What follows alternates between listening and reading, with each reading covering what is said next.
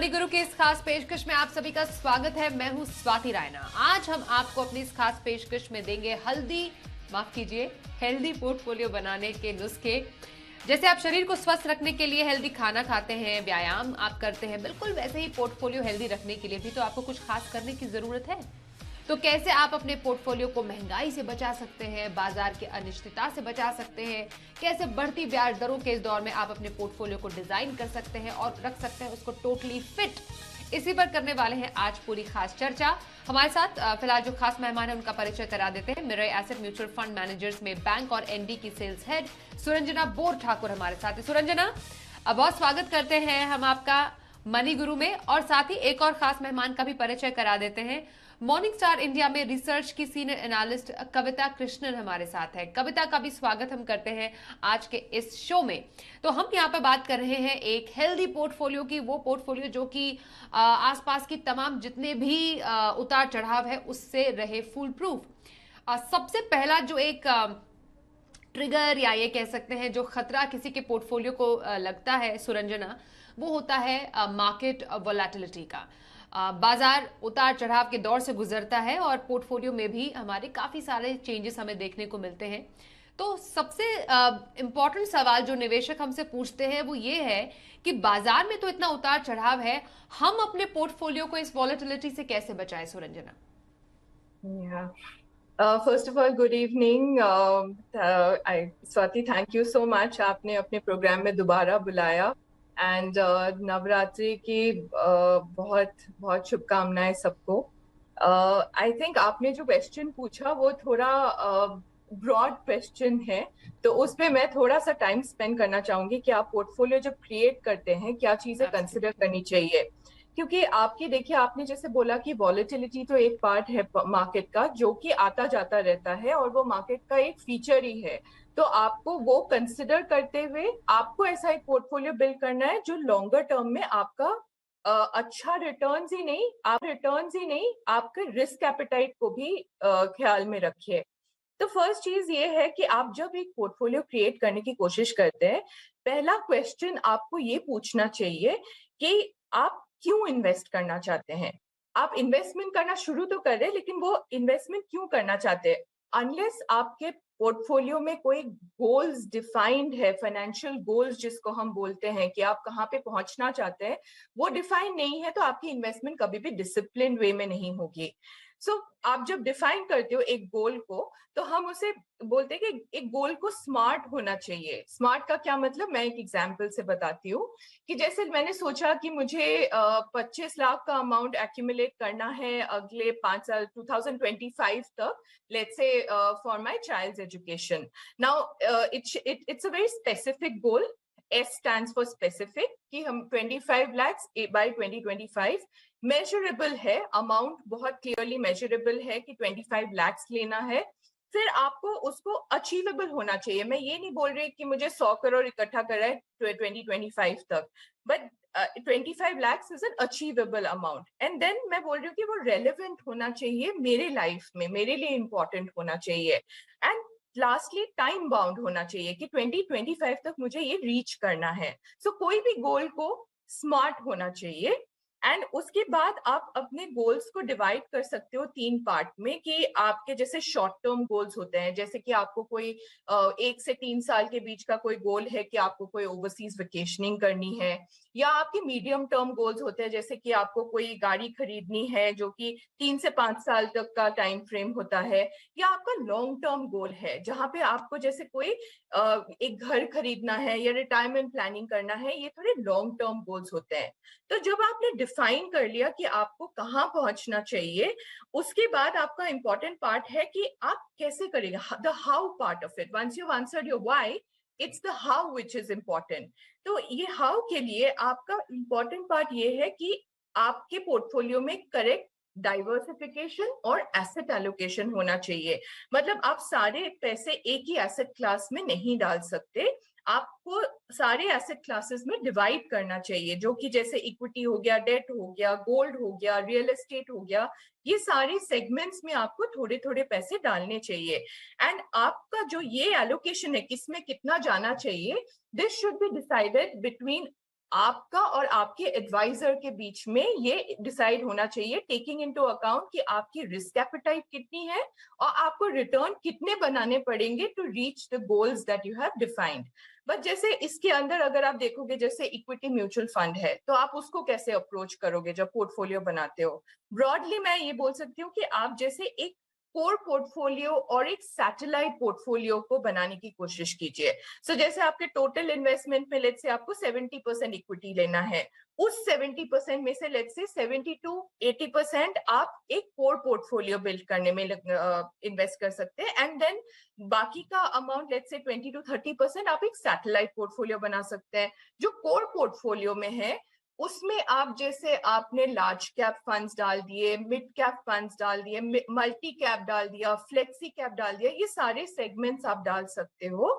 And उसमें आप एक एडिशनल चीज भी कर सकते हो, जैसे लार्ज कैप या मिड कैप में आप देखोगे कि इंक्रीमेंटली जैसे जैसे हमारा मार्केट और डेवलप होता जा रहा है, बहुत इंफॉर्मेशन अवेलेबिलिटी बहुत इजीली हो रहा है, because of which active fund managers को अल्फा कंसिस्टेंटली डिलीवर करने में मुश्किल होता है, because of which passive investing भी आप इंट्रोड्यूस कर सकते हो अपने कोर पोर्टफोलियो में, specially in large cap mid cap sort of segments.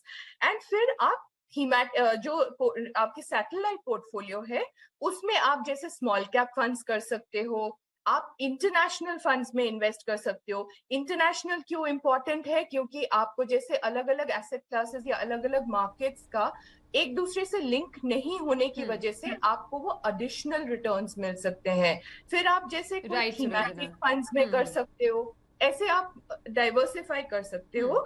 And then आप बाकी जैसे डेट में हो गया, डेट जो कि आपके फिक्स्ड इनकम सिक्योरिटीज में जाते हैं, या आपका इनफैक्ट मैं गोल्ड हो आपने गया। इक्विटी का एक पोर्शन बहुत अच्छे से सुरंजना यहाँ पर एक्सप्लेन किया, वेरी वेल कंपाइल्ड, कि कैसे आपको पहले डिसाइड करना है कि आप निवेश क्यों कर रहे हैं, किस लिए कर रहे हैं, फिर आगे बढ़िए, फिर अपने गोल्स को डिफाइन कीजिए, गोल्स के बाद आपको अपने कोर और सैटेलाइट पोर्टफोलियो को फॉर्म करना चाहिए, और कौन कौन से कैटेगरीज आपको अपने पोर्टफोलियो में शामिल करनी चाहिए।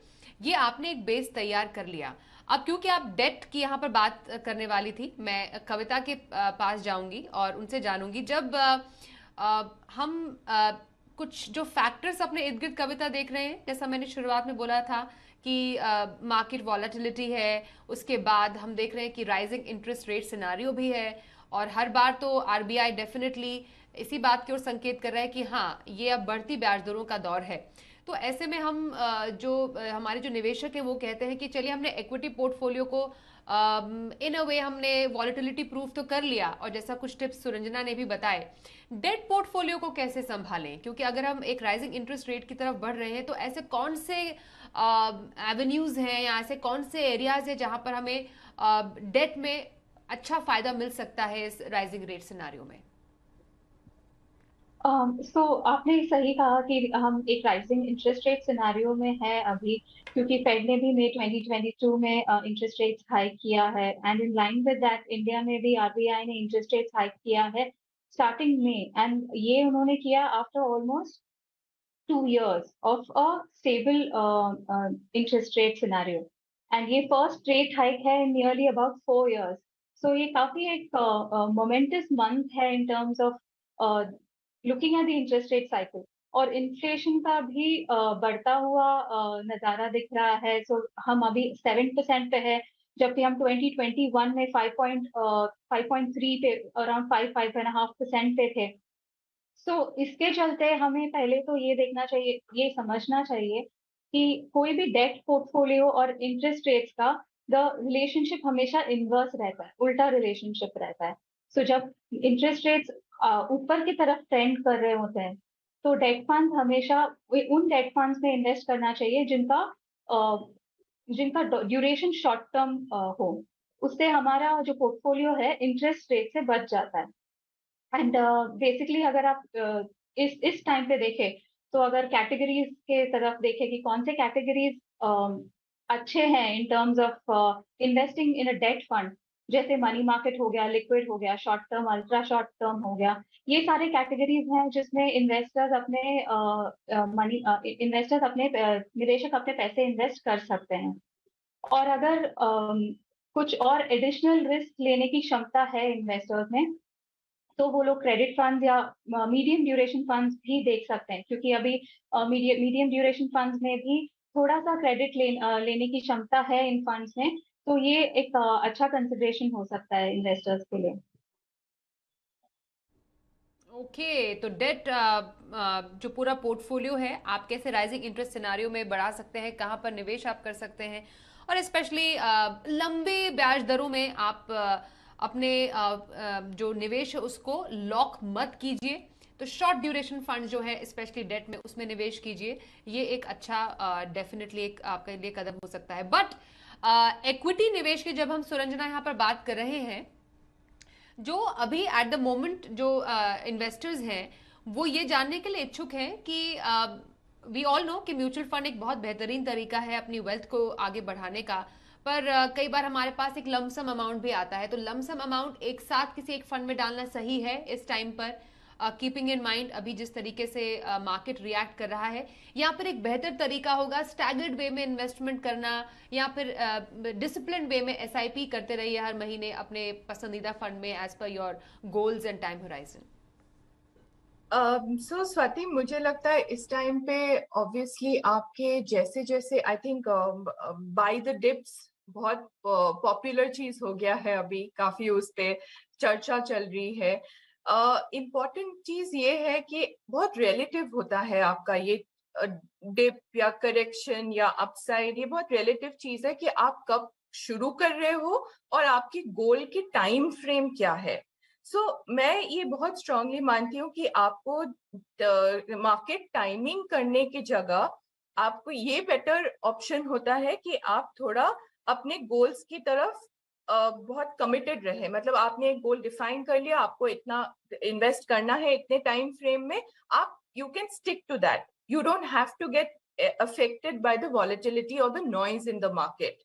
बट अदर चीज ये है कि आज के दिन में अगर आप मार्केट्स देखोगे, इंडियन मार्केट्स देखोगे, तो ऑब्वियसली आपका ज्यादा प्रेफरेंस हमारा इस टाइम पे स्टैगर्ड इन्वेस्टमेंट के लिए ही होगा, क्योंकि जो आपके करेक्शन लेवल्स थे शायद जब जैसे आपका 2 साल पहले 2020 में हुआ था या थोड़े टाइम पहले उससे हुआ था, जो जो मेजर करेक्शंस हुए, ये ऐसा मेजर करेक्शन पीरियड नहीं हुआ है अभी, but there can be opportunities. So every time there is a correction, there is an opportunity that comes up. आपको एक इकट्ठे सारे पैसे नहीं डालने हैं, आप थोड़ा थोड़ा करके डाल सकते हो in a staggered way. But I think एक बहुत इंपॉर्टेंट चीज है जब आप कंसिडर करते हो फंड्स के लिए, कि आपको किसी भी पोर्टफोलियो में बिल्ड करने के लिए, मैंने बहुत बार देखा है कि लोग जैसे 20-30 फंड्स इकट्ठे कर लेते हैं कि डाइवर्सिफिकेशन के नाम पे, बट हर फंड में, हर म्यूचुअल फंड में 40-50 स्टॉक्स एटलीस्ट होते हैं। तो आप अगर इतने सारे फंड्स खरीदोगे कि 20-30 फंड, तो आप एक्चुअली पूरी मार्केट ही खरीद रहे हो, तो आपको एक्चुअली फायदा नहीं हो रहा है, या उसमें आप एक्चुअली रिटर्न्स नहीं बना सकते over a longer period. You are almost buying the entire market. Also maybe not too many funds of the same category, मतलब आपको सारे लार्ज कैप के आप 5 फंड खरीद लिए, 10 फंड खरीद लिए और बाकी सेगमेंट में है ही नहीं, वैसा नहीं होना चाहिए। आइडियली आपको 5-7 फंड्स या 8 फंड्स, अच्छे फंड्स अगर आप चूज करें और थोड़ा डाइवर्सिफाई करें कि अलग अलग कैटेगरी में, और ऑल्सो अलग अलग फंड हाउस में भी डाइवर्सिफाई कर सकते हो। That could be a good way of getting into the market at this point. जो सेइंग सुरंजना, बिल्कुल। तो to sum it up, diversification बहुत इंपॉर्टेंट है, ना सिर्फ एसेट क्लास के लिहाज से बल्कि फंड के लिहाज से भी, कैटेगरी के लिहाज से भी, और बहुत ज्यादा मतलब ओवर डाइवर्सिफिकेशन भी सही नहीं है, और सीमित फंड यहाँ पर रखना। कविता, यहाँ पर जो तीसरा प्रॉब्लम मैं एड्रेस यहाँ पर करना चाहती हूँ वो है इन्फ्लेशन का, क्योंकि जब भी हम यहाँ पर इंटरेस्ट रेट राइज देखते हैं, और अभी हम एक और इंटरेस्ट रेट राइज के दहलीज पर हैं, तो एक कंसर्न इन्फ्लेशन का हमेशा आता है, जो कि हमें मालूम है, और डेफिनेटली ये हमारे इन्वेस्टमेंट पोर्टफोलियो पे एक बहुत बड़ा इम्पैक्ट डालता है। तो जब हम एक इन्फ्लेशन प्रूफ पोर्टफोलियो बनाने की कोशिश करते हैं, तो कौन से फैक्टर्स या कौन सी बातों को ध्यान में रखते हुए हमें स्टेप्स लेने चाहिए? वेरी सिंपली अगर मैं इसको आपसे पूछूं। श्योर स्वाति। सो पहला चीज तो हम एज इन्वेस्टर्स कभी रियल रेट्स के बारे में नहीं सोचते। सो रियल रेट्स वो होता है जो हमें एक्चुअली जो रिटर्न हमें एक्चुअली मिलता है after adjusting for inflation. So for example अगर आप एक एफडी में इन्वेस्ट करते हो जो आपको एक 5% का रिटर्न यील्ड करता है और आपका इन्फ्लेशन रेट है अराउंड 7% आज के तारीख में, तो मेरा एक्चुअली अगर मेरा 5% रिटर्न मुझे मिल रहा है तो मेरा शॉर्टफॉल है 2% का, सो मेरा actual real return is actually -2%। इसका मतलब ये है कि जो मैंने पैसे इन्वेस्ट किए हैं और जो मुझे रिटर्न मिल रहा है उस वो इन्फ्लेशन के हिसाब से एडजस्ट नहीं हो रहा है।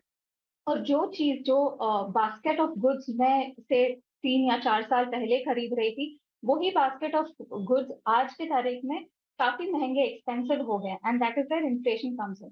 तो हमें हमारे लिए एज एन इन्वेस्टर ये जरूरी है कि हम जब भी इन्वेस्ट करें ये समझे और ये जाने कि हमारा जो पोर्टफोलियो है उसे इन्फ्लेशन प्रूफ करना जरूरी है और हम इन ऐसे इंस्ट्रूमेंट्स में इन्वेस्ट करें जो इन्फ्लेशन का जो परसेंटेज है उससे ज्यादा रिटर्न यील्ड करें। सो फॉर एग्जाम्पल जब सुरंजना ने जब पोर्टफोलियो डाइवर्सिफिकेशन की बात की and that is a very valid point. So जब हम डाइवर्सिफाई करते हैं हम इस तरह से पोर्टफोलियो को हमें बैलेंस करना चाहिए कि हमारा टोटल पोर्टफोलियो रिटर्न जो है वो ओवरऑल जो इन्फ्लेशन और टैक्स का जो एडजस्टमेंट है उससे ज्यादा हमें रिटर्न दे। तो जब हम रीबैलेंस करते हैं पोर्टफोलियो को या रिविजिट करते हैं हमारे पोर्टफोलियो को, हमें ये देखना जरूरी है कि हमारे रिटर्न्स कैसे रहे हैं, ओके। हम कौन से फंड या कौन से इंस्ट्रूमेंट्स में इन्वेस्ट कर रहे हैं और क्या ये इंस्ट्रूमेंट्स हमें वो रिटर्न दे रही है राइट जो कविता। हमें मिलना। एब्सोल्युटली। तो जो हम एक ट्रेडिशनल इन्वेस्टमेंट ऑप्शंस के तौर पर या बहुत ही जो एक पॉपुलर इन्वेस्टमेंट ऑप्शन एफडी समझते हैं कि चलिए पैसा है हमारे पास एफडी में इन्वेस्ट कर देते हैं, और अब तो राइजिंग इंटरेस्ट रेट भी है, एफडी में इतने आकर्षक हमें रेट्स भी मिल रहे हैं, पर क्या वो आपके इन्फ्लेशन प्रूफ पोर्टफोलियो के लिए सही है? ये राइटली कविता ने पॉइंट आउट किया कि आप ये देखिए कि आपका रियल रिटर्न कितना बन रहा है, नॉमिनल नहीं। मतलब अगर महंगाई दर 7-8% पर है और आपका जो रिटर्न है वो सिर्फ 4-5% पर आ रहा है, तो डेफिनेटली आप महंगाई को मात देने वाला रिटर्न नहीं ले रहे हैं। पर गाइड में आज समझते हैं फिक्स डिपॉजिट या फिर डेट फंड, कहां पर निवेश सही। सुरंजना बोध ठाकुर हमारे साथ है मिरर एसेट से, और मॉर्निंग स्टार से हम बात कर रहे हैं कविता कृष्णन से। सुरंजना, फिक्स डिपॉजिट या डेट फंड, दो फैक्टर्स, एक तो छोटी अवधि के लिए क्या सही और दूसरा राइजिंग इंटरेस्ट रेट सिनारियो भी है, तो आपकी पसंद क्या होगा? Okay, I think Sati, actually जब आप एक फिक्स डिपॉजिट की बात करते हो, लोगों की फेमिलियरिटी फिक्स डिपॉजिट के लिए बहुत हाई है और उनको लगता है कि म्यूचुअल फंड जो है वो थोड़ा सा हायर रिस्क कैटेगरी में होता है। बट कुछ चीजें मैं कंपेयर करना चाहूंगी दोनों के बीच में। पहला तो आप जब रिटर्न पोटेंशियल की बात करते हैं फिक्स डिपॉजिट और म्यूचुअल फंड के बीच में, तो एक तो म्यूचुअल फंड में कुछ 16 डिफरेंट कैटेगरीज है।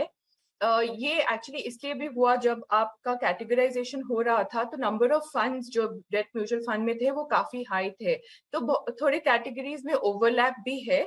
बट अगर आप देखोगे कि थोड़ा लॉन्गर टाइम पीरियड में ये देखा गया है कि काफी म्यूचुअल फंड्स ने फिक्स डिपॉजिट से बेटर रिटर्न्स दिए हैं over a longer period. Again अलग अलग टाइप के फंड्स होते हैं, जैसे अप टू 1 ईयर के फंड्स होते हैं, आपके लिक्विड हो गया, अल्ट्रा शॉर्ट हो गया, लो ड्यूरेशन हो गया। जैसे कविता ने बोला कि अभी with the rising interest rate scenario थोड़े शॉर्टर ड्यूरेशन के फंड्स को आप प्रेफरेंस देना चाहोगे। और आपके 1 to 3 इयर्स के सेगमेंट भी होते हैं, जैसे कॉर्पोरेट बॉन्ड, बैंकिंग, पीएसयू या और मीडियम टर्म फंड्स होते हैं। बट रिटर्न पोटेंशियल थोड़ा हिस्टोरिकल डेटा से लगता है कि डेट म्यूचुअल फंड्स के थोड़े से बेटर होता है। दूसरा ये चीज बहुत इंपॉर्टेंट है कि लिक्विडिटी के हिसाब से अगर आप देखोगे तो mutual fund is much more liquid, because अगर आप देखोगे फिक्स डिपॉजिट अगर आपने बीच में ब्रेक किया तो आपको एक पेनल्टी लगती है जो कि अराउंड 1% की पेनल्टी एटलीस्ट होती है। बट म्यूचुअल फंड में ये अलग अलग फंड होते हैं, लेकिन उसमें आपको ऐसे कोई पेनल्टी नहीं लगती। So that is an important factor. And of course the taxation part of it also, कि fixed deposit में आपका income slab के हिसाब से होता है, whereas डेट में आप 3 साल से ज्यादा होल्ड करते हो तो आपको long term capital gain tax लगता है। एब्सोल्युटली सुरंजना, तो दोनों ही इंस्ट्रूमेंट्स के अपने अपने प्रोज एंड कॉन्स डेफिनेटली जरूर है, पर कविता, क्या कुछ ऐसे पर्टिकुलर सिनारियो या गोल हो सकते हैं जिसके लिए एफडी सही रह सकती है और एक डेट फंड का पोर्टफोलियो भी एक इन्वेस्टर बना सकता है. They both can coexist, right? Sure Swati. So in fact जो रिस्क एवर्स है ट्रेडिशनली, जैसे मेरे ग्रैंडफादर थे या मेरे पापा हैं, उन्होंने हमेशा अपना इन्वेस्टमेंट एफडी में डाला because they thought it's risk free. And it is in fact date funds market linked होते हैं, इसीलिए मार्केट एसोसिएटेड जो रिस्क होते हैं डेट फंड्स के साथ एसोसिएटेड होते हैं. वेयर एफडी में वो रिस्क नहीं होते हैं.